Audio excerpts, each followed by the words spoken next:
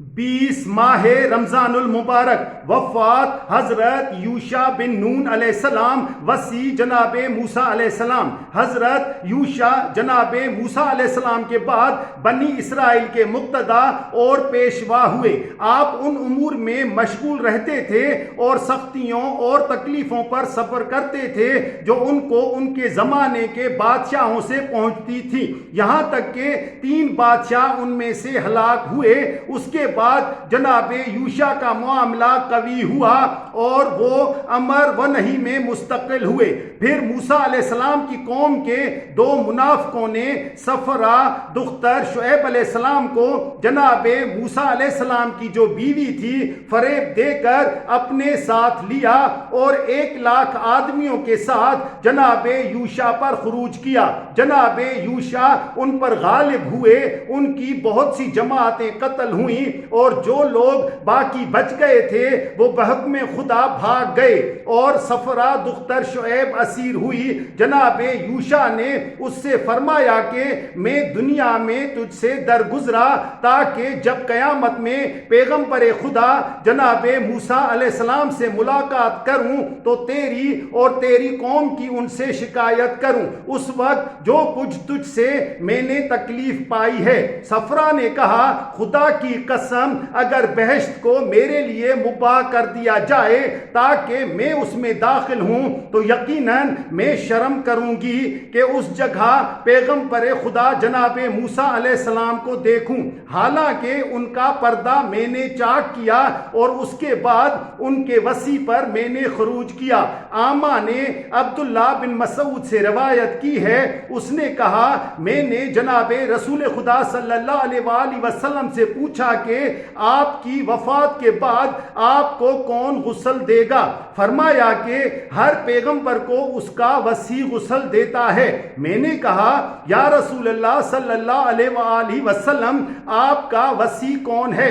فرمایا کہ علی ابن ابی طالب علیہ السلام۔ پوچھا کہ یا رسول اللہ صلی اللہ علیہ وآلہ وسلم آپ کے بعد کے سال تک وہ زندہ رہیں گے؟ فرمایا 30 سال تک، اس لیے کہ جناب یوشع بن نون وصی جناب موسیٰ علیہ السلام ان کے بعد 30 سال تک زندہ رہے، اور صفرا دختر شعیب علیہ السلام نے جو جناب موسیٰ علیہ السلام کی بیوی تھی ان پر خروج کیا اور کہا میں تم سے بنی اسرائیل کی بادشاہی کی زیادہ مستحق ہوں۔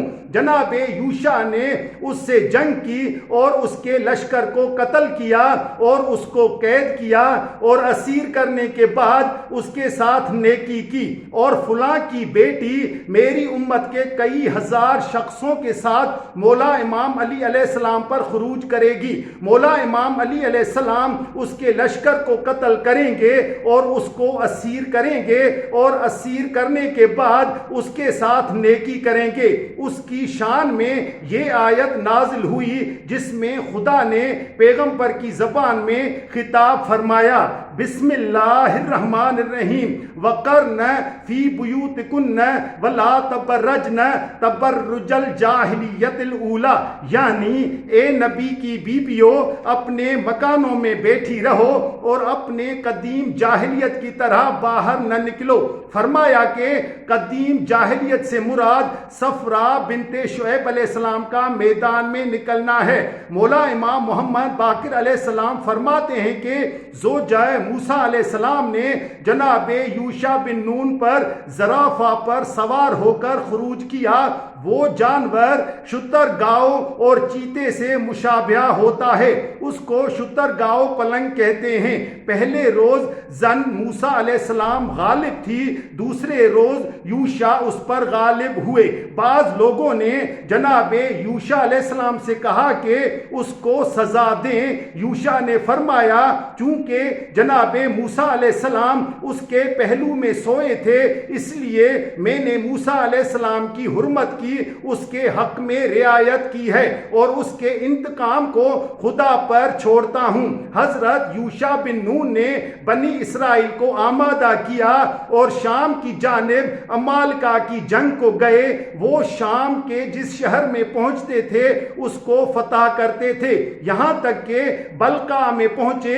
وہاں ایک بادشاہ تھا جس کو بالق کہتے تھے۔ کئی بار اس سے اور یوشع علیہ السلام سے جنگ ہوئی اور کوئی ان میں سے مقتول نہیں ہوا۔ لوگوں نے اس کا سبب پوچھا، فرمایا کہ ان کے درمیان کوئی علم نہیں رکھتا، اس سبب سے ان میں سے کوئی قتل نہیں ہوتا۔ پھر ان لوگوں سے صلح کر لی اور آگے بڑھے اور دوسرے شہر میں پہنچے۔ جب اس شہر کے بادشاہ نے دیکھا کہ لڑائی میں جناب یوشع کے مقابلے کی تاب نہیں رکھتا ہوں تو کسی کو بھیج کر بلعم بن باور کو طلب کیا کہ وہ اسم اعظم کے ذریعے سے دعا کرے تاکہ وہ لوگ غالب ہو جائیں۔ بلعم نے اپنے گدھے پر سوار ہو کر بادشاہ کے پاس جانے کا ارادہ کیا۔ گدھا سرور میں آیا اور وہ گر پڑا۔ پوچھا، تو نے کیوں ایسا کیا؟ گدھا بقدرت خدا گویا ہوا اور کہا، کیوں کر مسرور نہ ہوں، حالانکہ یہ جبرائیل علیہ السلام ایک ہتھیار ہاتھ میں لیے ہوئے ہیں اور تجھ کو ان کے مقابلے پر جانے کو منع کرتے ہیں۔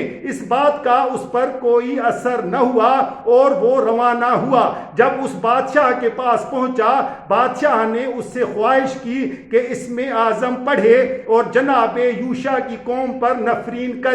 بلعم نے کہا، خدا کا رسول ان کے ساتھ ہے، ان پر نفرین کا اثر نہ ہوگا، لیکن میں تیرے لیے ایک دوسری تدبیر کرتا ہوں، یعنی تو بہت سی خوبصورت عورتوں کو آراستہ کر کے خرید و فروخت کے بہانے سے ان کے لشکر میں بھیج دے کہ مردوں میں پیش کریں تاکہ وہ لوگ زنا کریں، اس لیے کہ جس گروہ میں زنا زیادہ ہوتی ہے یقیناً خدا طاعون کو ان کے لیے بھیجتا ہے۔ جب اس نے ایسا کیا، جناب یوشع کی قوم نے بہت زنا کی تو 3 گھڑی میں ان کے 70,000 اشخاص طاعون میں مر گئے۔ اس کے بعد جبکہ یوشع نے ان سے جنگ کی اور قریب تھا کہ ان پر غالب ہو جائیں کہ آفتاب غروب ہو گیا۔ جناب یوشع نے دعا کی تو حق تعالیٰ نے اپنی قدرت کاملہ سے سورج کو واپس کیا، یہاں تک کہ وہ لوگ غالب ہوئے تو آفتاب غروب ہوا۔ اسی طرح جناب رسول خدا صلی اللہ علیہ وآلہ وسلم کے وصی امیر المومنین مولا امام علی علیہ السلام کے لیے سورج واپس ہوا۔ روایت میں ہے کہ جناب یوشع بن نون کی عمر 123 سال کی ہوئی اور آپ نے کالب بن یوکنا کو اپنے بعد اپنا وصی و خلیفہ بنایا۔